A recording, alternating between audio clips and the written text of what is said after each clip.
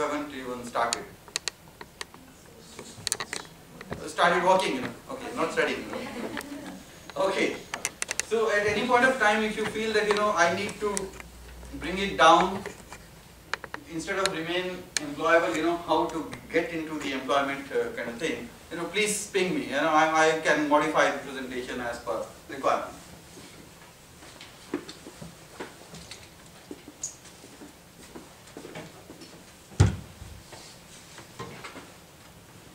Very basic question, and almost everywhere you would have heard, read this kind of question. Who is responsible for your career?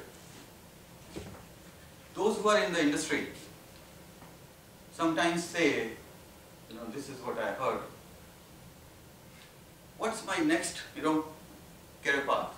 Oh, okay, simple question. When I'm going to get my next promotion?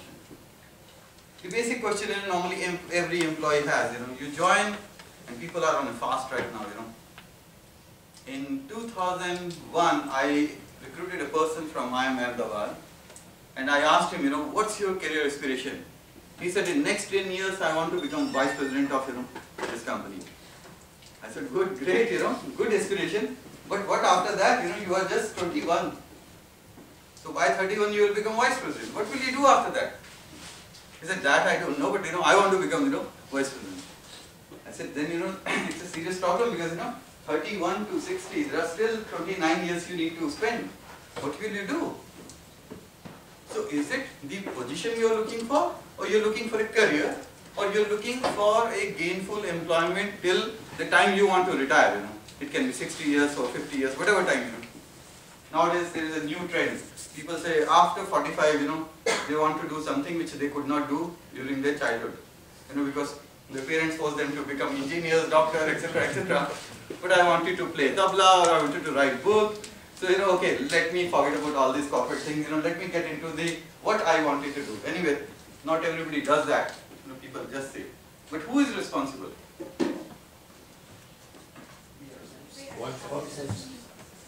Very good. All of you are quite educated people. Employment is given by the organization, when you apply for it. Now this context is, in the terms of the employer-employee relationship. I'm not going to talk about the entrepreneurs here. So employment is given by the organization, but employability is your responsibility. No organization will give you a guarantee that we will keep your employment till you are alive or till you retire. They can give you a platform to work. They can give you a lot of other stuff where you can gain knowledge, experience. You learn new skills. You are given some kind of mentoring, etc., etc. But employability remains your.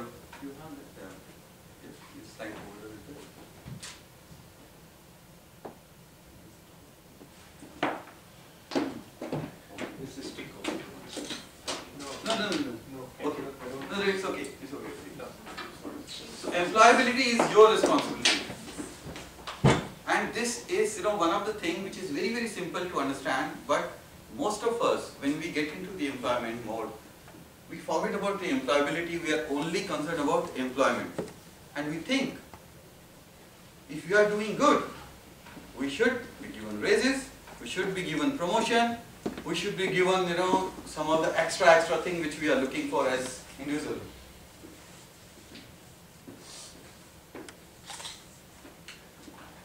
So this I used to do this program. It's a 5-day program, so I have compressed into 1 hour. So it may look slightly some. In case if you feel that there is a disconnect, just let me know. How do you manage your career?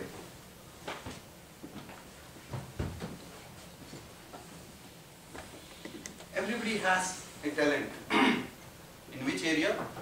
That's a different thing, but everybody has a talent. And when those who are students, you are gaining education at this moment. You are trying to acquire the knowledge which you feel will be useful in the industry. You are going with an assumption that this education will help you get employment also. But whether you wanted to do that, do you feel you have the right passion to get into that area? Do you feel that you have those liking and disliking, you want to get into?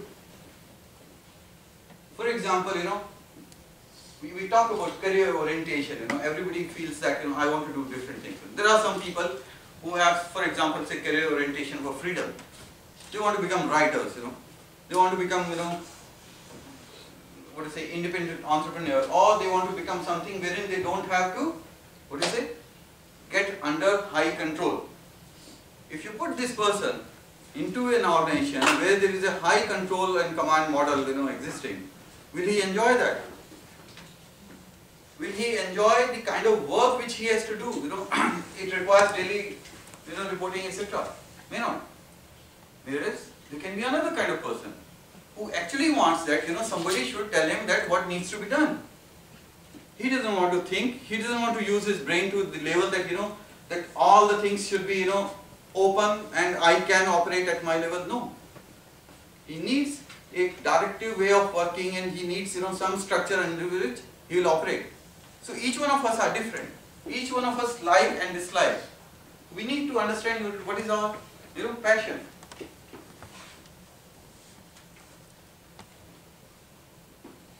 When you understand that, you have a talent, or talent means your competency, skill, attitude, knowledge, whatever you have acquired, and you understand what is your liking, dislikings, career orientation, what you want to do, the overlap part here, that becomes your distinctiveness. This is what we write in our CV. What do we write in our CV? I know this, I like doing this, I have done this. Each CV, if you look at CV, except the fresher CV, which looks quite same, and there was a time way back in 1999 when people used to cook CVs, or there were companies who used to cook CVs, they used to look like same. But if you look at CVs of people, you will find that each one has some distinctiveness. And you have, if you have gone through some kind of, if you search online, you will find some people say that they can help you write CVs. Basically, it's not that the semantics or the words which they will help you with. What they will help you with is to identify that what is the distinctiveness which you have, which can be shared with the potential employer who will like to see this from a different angle. Who am I and what I am selling to you as an employer? That's what is the distinctiveness. You will be surprised, these things look pretty simple. But when we did the workshops within our organizations, we found that most of the people, when we said, okay, tell us what is the distinctiveness you have with you. We'll give 15 minutes, you come out with your distinctiveness. I don't think more than 10% people could actually write what is specific to them, which they can sell to the employer and say that this is what I bring to table. What people bring to table is, what do you bring? Normally you would have also seen the CVs. What people talk about in CV? The education, the experience, but sorry? Hobbies, yeah, hobbies also, yes. Yeah, there used to be time, when hobbies used to be bigger, slowly they become smaller. Nowadays the hobbies are, surfing, chatting. Some people write many things in the CV we find very interesting when we see as an HR person, what they're writing. But are we writing what is the distinct feature we have which we are bringing to your table? It's a full, 3-page, 5-page, 10-page, sometimes, it becomes 15-page if you take a CV of, say, 8-year, 10-year-old software design person. He will write all the projects. Not only what he did, what his colleague also did, he will write everything. I find it very interesting, Recruitment has been my core area, so I must have recruited, I think, around, or rather interviewed around 10,000 engineers so far. So very interesting, one brings good amount of experience for me also. But nobody writes this part. What is my distinctiveness? What I am here to sell to you. Another important thing, or the most important thing, do we understand what is the need of the industry or the organization? As a student, I am asking now, do you know what is going to be sellable skill or competence in industry when you pass out? When you join a course, it's a say, when you join any degree course, it takes around 4-5 years to reach to a level where you get the employment. Do we do that kind of internal assessment or the external environment assessment to know what will be sellable after 5 years? Or when we join any organization, we join, it's a good, good honeymoon period. First 2-3 years, everybody is given, good amount of raises also. I don't know about Sweden, I know about India, so everybody expects that every 2 years they get promotion and some raise, 15-20% every year. But do we do that analysis? What my organization, or for that matter industry, requires after 3 years, 5 years, 10 years? Do I invest my time in understanding that? That's where most of us, as an employee or as a potential employee, those who are at the studentship, we fail to do this analysis.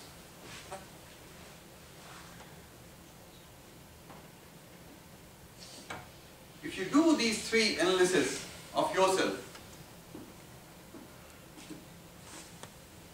you will be in a very good position, to remain employable. The problem comes that you know that what skills you have, what knowledge you have acquired, but you may not know what is your distinct thing which you can actually sell. So there are, say, 40 students who are coming from, say, BTech electronics class. All of them understand all the basic things about the electronics. So what's the difference? If the employer comes and say, I need 2 people, which 2 I need? How do I distinguish myself from other person? Sometimes, as an employer, we look at, say, the grades, CGPA. But that's only one part of it, Nowadays, all the students are so competitive, the gap is narrowing to a level where all of the students are, very high, they are getting very high marks. So if suppose, everybody is at a very high CGPA, then what next? Okay, then you can try, in the interview, HR people ask all stupid questions which has got no relevance later on,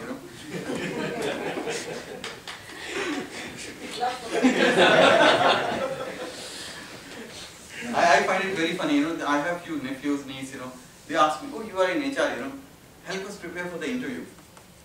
What do they ask in the interview? I said, I don't know, no, I was told that, they will say some funny thing that, how to climb a ladder in 5 minutes. I said, you are going for engineering, you are not going for, so what all, there are HR people who are, interested, they read some books and they find some good funny questions and they try to show, that all the interviewers are funny, by the way. When you sit with the technical people, I'm an HR person, I'm sitting with a technical person. And I always sit with these technical people because I'm quite worried about the respect which they give to the interviewee. Normally they don't give, So they are there to showcase how much they know. So they will find the most difficult question or a problem which they could not solve in their work area. And their bosses were, after they liked, why you did not. So they think, okay, let me find, from you. They will ask a question. Before the interviewee answer, they will start telling, what is there, in that. Because they feel that, if they want to showcase, they want to basically showcase that how much they know about this subject, not that what is available within. Okay, coming back to, most of us fail in understanding these 2. And this one, I can say that, We have a person from our company also, but I can still say, most of the senior management also, when you ask what is required by the organization, they even don't know. If you ask people, let me take it to those who are, having gray hairs now, in the organization. If you ask them, what is your career aspiration? What will they say? Maybe to become CEO or, the project head or, all those kind of head positions. People are very much interested in becoming head because they don't have to work after that, But if you ask them, what will make you to reach that level, they don't know. Because they have stopped assessing their talent, they have stopped assessing what they wanted to do, they have stopped even assessing what is required to be sold as a person to the organization.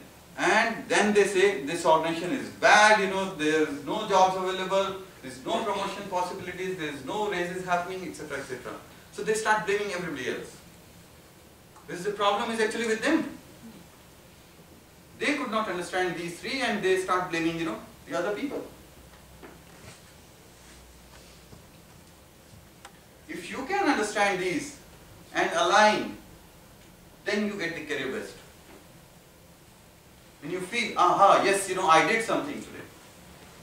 Because I could utilize my knowledge, I enjoyed what I wanted to do, and the organization also wanted to have. This organization need another thing, which I have seen in my experience as an HR person. Many people say that, we have not been rewarded by the organization. I am doing so much of hard work, but the organization doesn't even look at it.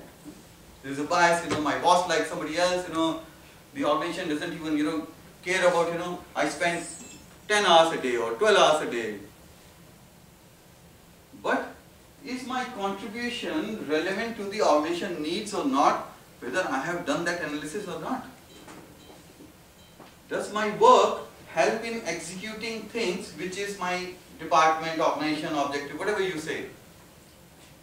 Does it help in solving problems of the immediate nature or not? That is what the organization need analysis, I am talking about.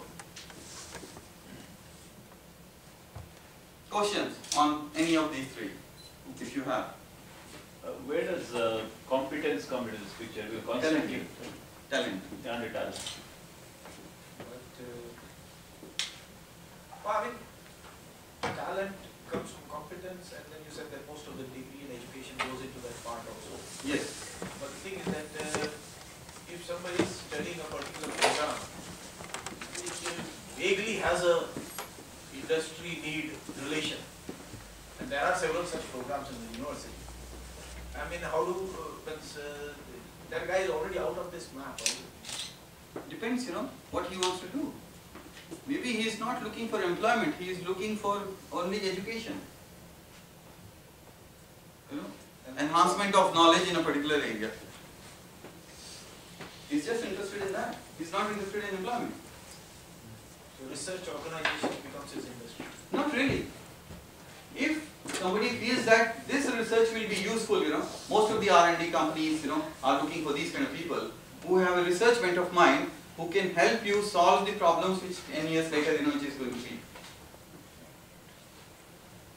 Ericsson has a dream that by 2020 there will be 50 billion devices which will be connected to each other. It's a huge number we are talking about. And we require, some kind of connectivity mechanisms to, connect all these things. No, it's a dream. Now somebody may be thinking that, okay, 50 million devices, we can put the current set of solutions to that, and we'll be having. But the person who is in R&D will be actually thinking 10 years later, and he will be useful, for the organizations also. It's up to the person whether he sells that to the potential employer or not. Whether he has a solution which will be 10 years later, how it will be sold. Google has invented that, the car, driverless car. No, it's an R&D they are getting into, which may be used, 10 years later or, whenever we require that. talent to an extent is almost like stable depending on what you have for a degree or what is your background, and passion can change a little bit, but the organization needs keep changing depending on what is that they want in the next 5 years or what is that they're planning to do. How do you align to that always? Because after a certain point you cannot keep on changing to the organization's needs, then it's not your passion anymore, you're only adjusting to the needs of the organization. Is it time to change into a new organization, or is it somehow to show you? Both. Both. Talent is also not static, you know. Yeah. I'm applying for a course here, and you know, I found that the course had people with 52 years of age also, you know, studying. Okay? So talent is not static. It's up to you to decide what is required by the market, and you accordingly gain that, you know, knowledge, skill, etc. The passion. For example, again coming back to students, you know, most of the students, they don't know what is their career orientation, because we have not been groomed in that environment. You know, we have been groomed in an environment. What is required by the market, just boom, get into that. You know, they develop the career orientation in the first 2-3 years. They start understanding what do they like, and then their career orientation start, or the passion. You know, understanding the passion. You know, what I like doing most. Again, my examples are since mostly from this industry. I know that people, those who are coders, not all the coders are interested in coding skills, because it requires a different way of thinking. Some of them they learn, they are good in C++, but they don't know how to use a new algorithm to get to a better quality coding. They learn later that no, this is not my cup of tea. So what do they do? If you are from this industry, they end up becoming either in the testing or in the quality assessment or etc. Those some of the jobs which are on the periphery, without even understanding what they like or what they don't like. Again, when they reach say 7-8 years of experience, they again hit a block, because they chose that not because they liked the testing or the quality assurance. They chose that because they did not like the other one. Again they get into that, now if people are aware of these basic techniques, they should get into self-assessment and understand that what I actually need. Otherwise you remain static, one day you will be out from system. You become restless but you don't know what it is. Yes, exactly. So nothing is static here, everything is changeable. And you're right, operation need 5 years. Is it too long a period now? Ask any industry. The strategic plans are now 1 year. The long-term strategic plans are 1 year, which changes every quarter also. So everything is so dynamic, and that's why this topic becomes so important. Remain employable, because you need to be constantly on your tenterhooks to understand what is required and how do I get into the next level. Okay.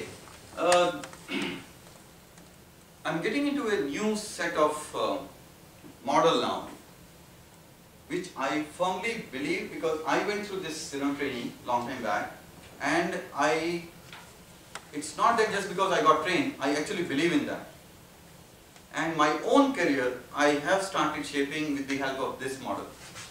It's slightly abstract, especially for student level, you may find it slightly abstract. So let me know in case if you are not able to grasp the gist of it. This concept is on contribution, not about your experience. If you go and tell to your manager that I have 10 years of experience in doing this, the basic question can be asked is, what has been your contribution in 10 years? What impact you made in the industry or in your department or in your work?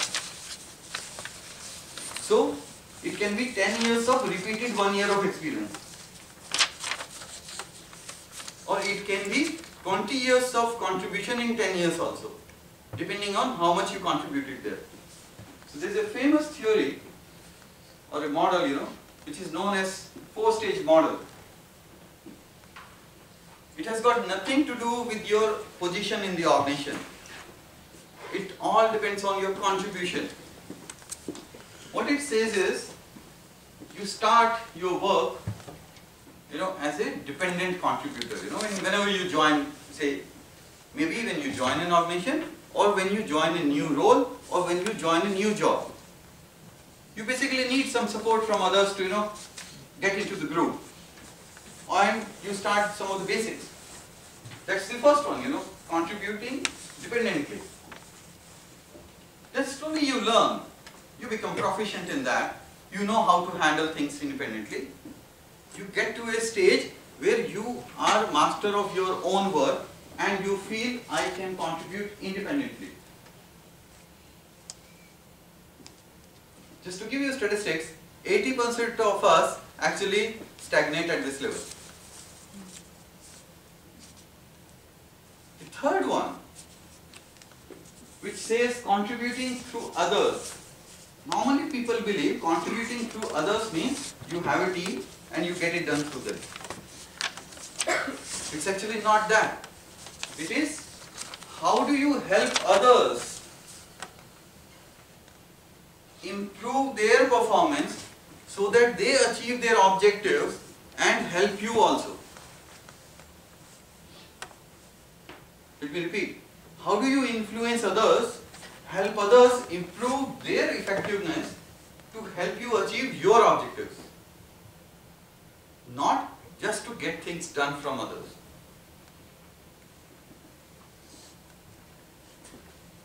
How many of you have spent 10 years or so in the organizations? Many of you. You would have seen, either with yourself or with your colleague, if you know a particular task which has been, you have been doing for long, you find it very, or you or your colleagues, might have find it very difficult to delegate to your next level people. Sometimes basic fear that he will not be able to do the way I know, or if I take say X hours or X effort, this person will take 2X. Or if he knows everything what I know, I will be made redundant. Most of us, we don't say this is the thing, but actually that's a basic fear most of us have. We feel if my junior is going to learn everything what I am doing, my job will be at stake. Why the organization will keep me if my junior can do the same thing? In this model it says stage 2 manager. In case if you Google it, stage 2 manager problem. This is a major problem, especially with the people who are technical independent contributors. They find it very difficult because they don't know what to do next. Somebody told me a long time back that when you recruit as a manager, when I recruit, I should recruit a better quality person than me because then I can delegate it faster. But most of the people try to recruit a person who is lesser qualified or on the lower side because my job remains secured. Just look at the dilemma which we go through. Those who cross this 10 years to 15 years, they get into another problem, which is in HR parlance, it's known as midlife crisis or mid-career crisis. Because we have not gone into those three analyses, we did not do that job of understanding what is required by the organization, we did not enhance our skill and competencies. Now we are stuck. We don't know what to do. We cannot go down also. We cannot go up because we have not acquired the skills. But the problem is, even if I met a person here in Sweden, in our organization, and I was talking about this model. She said, I want to remain at stage 2. I don't have any aspiration to go to stage 3. Because that is it's okay with me and I will remain employable. I said, how will you remain employable? Tomorrow the organization, although Sweden is quite labor protected area, but still things can change. Say I am having 15 years of experience, I am doing X job. There is a guy who has just gone up faster, learned most of the things faster than me, has better orientation, better attitude and lesser costly. what is the organization going to do? Unless we have a social responsibility, the organization, in case if they need to find, choose between these two, they will choose the obvious. So even if you decide to remain here, it will not help. Stage 4 is actually, again statistics say that those who move to stage 3, many times they are not able to reach to stage 4. In mathematical terms, what people say, here you are getting support from others, here you become additive factor, which means that two people with the independent contribution, they add to some contribution. Here you become multiplication factor. Your efforts result into more than, so it is not 2 plus 2, it becomes even bigger than that. And here you become the exponential, so it is y is to n kind of thing. Very few people are able to reach to this level, which is more strategic in nature, where they influence the industry. Like Android, they are influencing the industry. So those who are into these kind of thing, where they get into the exponential, contribution level, that's the 4th stage. But even if we are able to reach stage 3, I think we are making the best out of it. Use the 3-dimensional model and get into this, I think you have the sufficient tricks of the trade available to remain employable.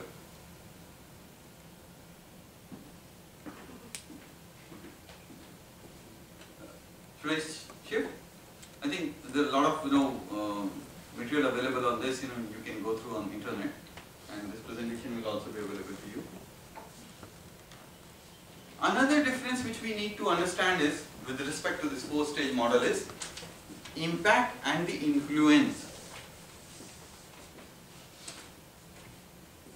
These are the 4 stages, which were there earlier. By the way, as I said earlier, it has got nothing to do with your rank or the grade in the organization. 70% of the people who were found to be at stage 3 were non-managers. They were good leaders in their respective subject area, whether technology or whatever, but 70% of them were found to be at stage 3 who were non-managers. So you can assume that what is the problem? We have managers who are still stuck at stage 2 and they are trying to help the rest of the organization go up. My biggest worry is actually with managers as an HR person than the individual contributors, because they become like wrong parents kind of thing. So they don't even train their subordinates and they get stuck and they don't know what to do, and that's where most of the organizations fail. What it says is that you have to, the impact you make is when you make a direct contribution, and influence is when you get it done through others. So you should, as a person, get to the influence level and enhance the overall productivity of the organization, and also help you, because then you get a more space to move up.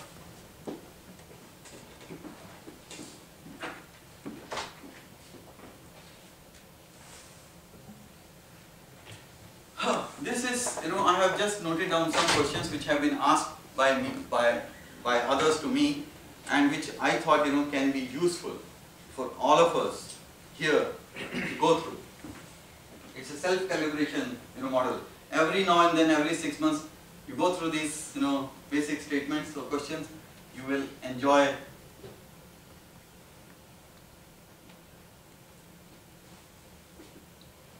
Am I contributing as per or above my role expectations?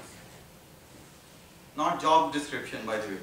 Job description is just the statement which says that you are supposed to do these things, not how to contribute, or what is expected from role.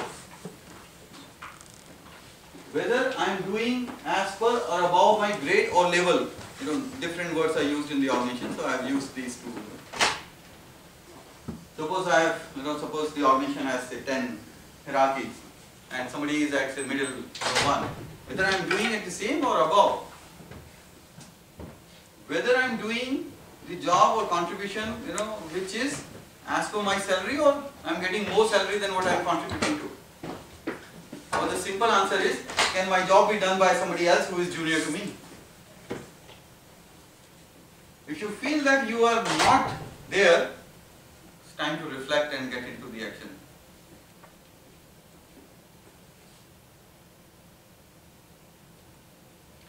Do I do adequate research or a dialogue to understand whether the competencies required in the industry or in my own company, do I understand that, whether what is the need there? You can, most of the progressive organizations, they have a concept of mentoring. But normally what we get into mentoring is learning some of the basic skills or basic, work which is there. But in the mentoring program or in the coaching program, you as a coachee or a mentee can ask that mentor, what are the needs which are going to be there in 2 years or 3 years down the line? What will we require?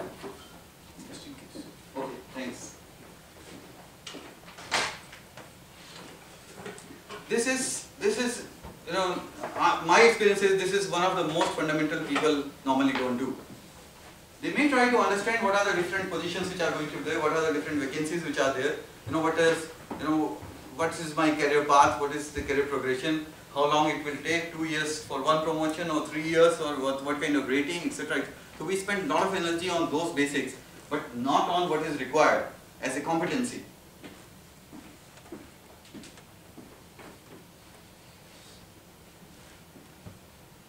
If I understand what are the skills or competencies required in future, am I contributing to myself or investing in myself to understand how do I get those competencies? Or am I just stuck? It's not that, we use a concept, like 70, 20, 10, 70% of the learning happens through coaching or on the job training.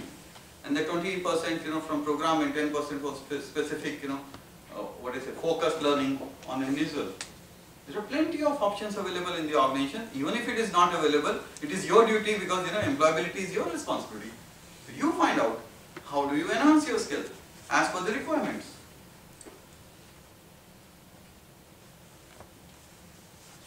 Can I write every year what is my distinctiveness now? Another problem, let me share as an HR person, which I see. When we see a CV, CVs are not recasted, they are incremented. So every year you just add, what you have been doing. So many times, you wrote your hobby that, I play tennis, that remains in the CV also, which has got no relevance, later on. So we don't know what is my distinctiveness every year or every 2 years. What I have changed. What I have acquired something which is more meaningful. What is my contribution which I have done in recent past which will help the new organization or a new role, whatever I am going to do. We don't have to make CV to get employment in other organizations. We have to make our distinctiveness for going up, or at least self-calibrating whether I have some distinctiveness left or it is gone now.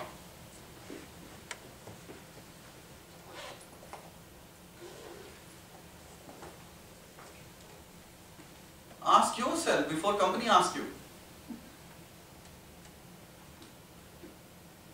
Why should I continue to be employed if company has an option between myself and others? And most of us, when we go through the bad times, in our company also we are going through this kind of bad time. And there will be questions, asked, when choosing between two people. Leave aside all the politics and other favoritism, etc. But this is the basic question, which the organization will be asking and trying to find between two people. And then they will choose the person who is going to be better contribution factor rather than the other person.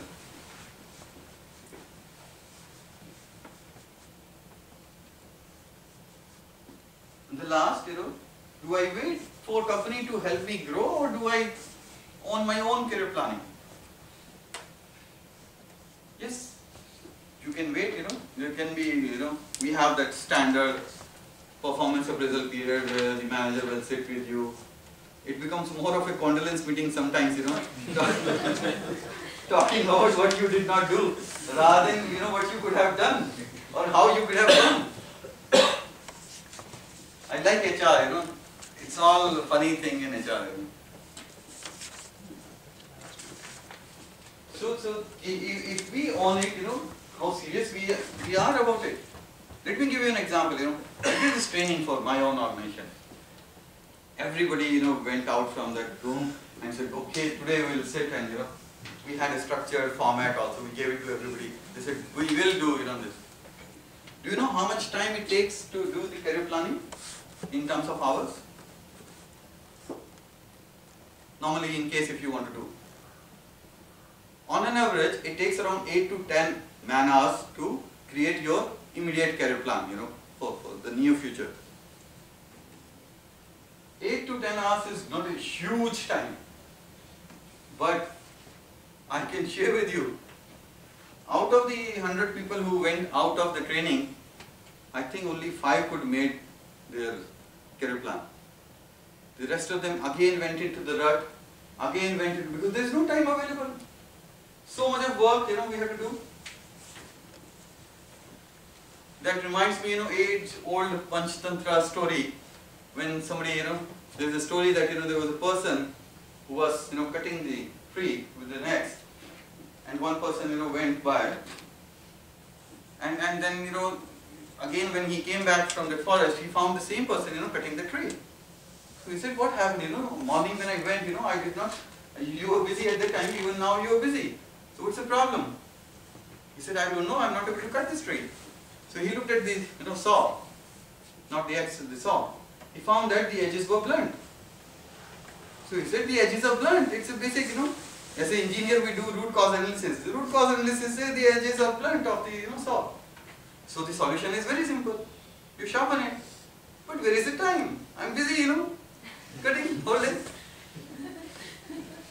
So all of us are busy, you know, doing our regular stuff. We don't have time to do this part. And then we blame our nation and the world and, you know, everybody that, you know, we are jobless or we are not able to grow. Kind of thing. These some basic questions, you know, if we follow, very helpful. Any reflection on these? Any reflection? I think it's a very good point about contributing or developing your own career plan.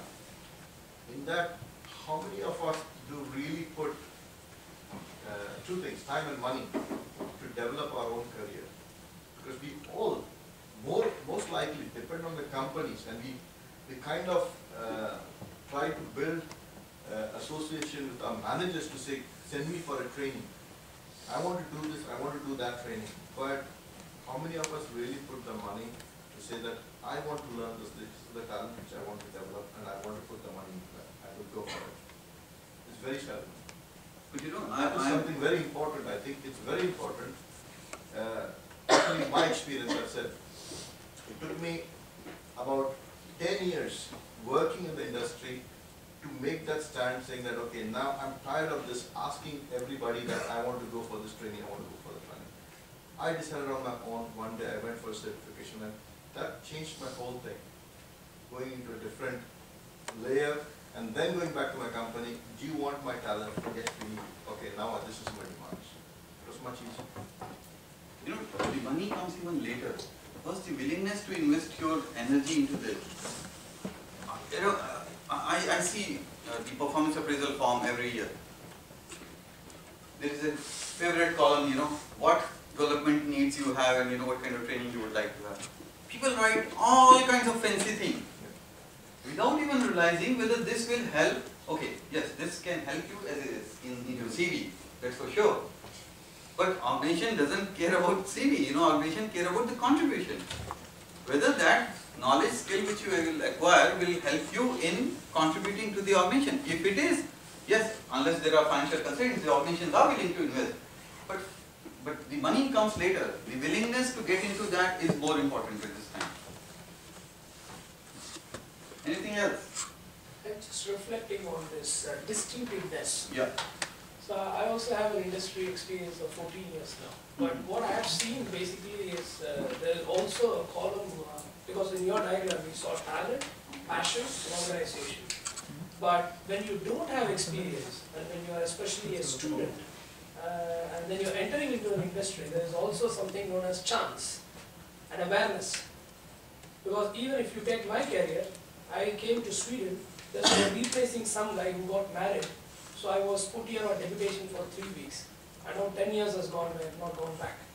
So there is a chance I got. So talent is something that will keep you going once you get a chance. But when I say chance, what I mean basically is many people, as you mentioned in the CVs that you sit in the interview panel, education background almost the same, system on chip, everyone, most of them system on chip, and they have almost the same qualification. But they need this chance or the awareness when to strike the bullet. So what is your reflection on that? If you have an experience, let's say 10 years of experience, then that counts. Okay, this guy, CV looks, he has 10 years of promising experience. But if you are a student, you don't have that. So what is in your hand? The CV or the chance? Distinctiveness or the chance? Just a CV, no chance. So, yes, that's a good one. But what you have is, the chance is not in your hands. So you cannot say that, once I get a chance, I will have. The only thing which you have is the distinctiveness. Let me give you an example from SOC, which is system on chip. I interviewed a person long time back. Okay, it's slightly technical, but okay, just for the sake, I'm also non-technical, so it's fine.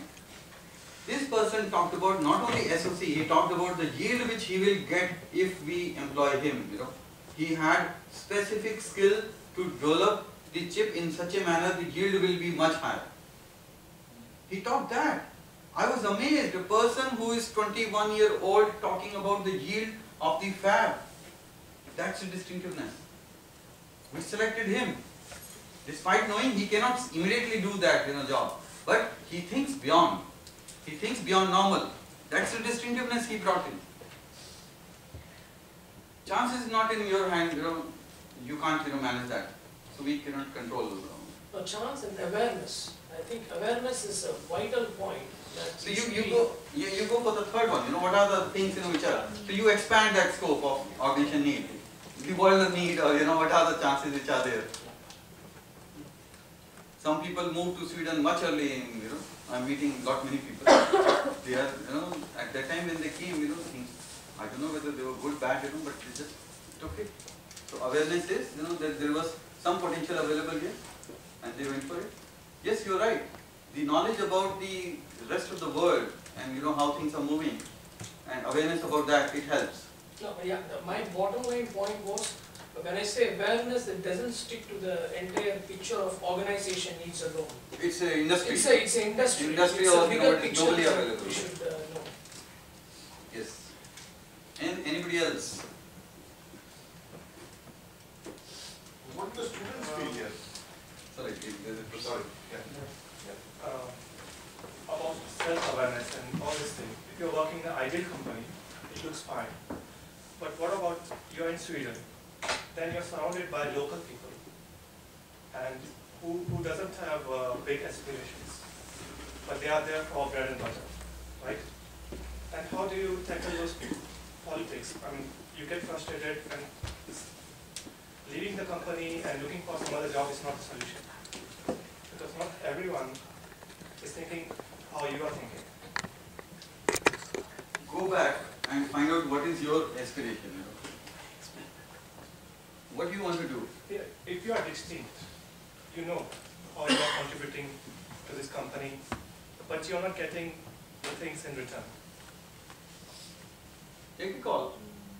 World is bigger than company, Sweden, or Yeah. take a call. If you feel you are okay with that, stay. If you feel you are okay with less contribution or equal contribution for the company, stay there. If you feel it is not what you are looking for, Move on. I'll not say being an HR person, but you know, I never say that you should leave the company. I only say that look at what you have and what you are doing. Many times we have to do a hard talk with the employees also. When we find the people are whining whole day, when we know that this person is always saying things are not doing good here, then we say, okay, what is the meaning of good thing? Did you try finding out? If he says, yes, I found somewhere, I said, good luck, try there. Why are you, there's no question of cribbing and sulking.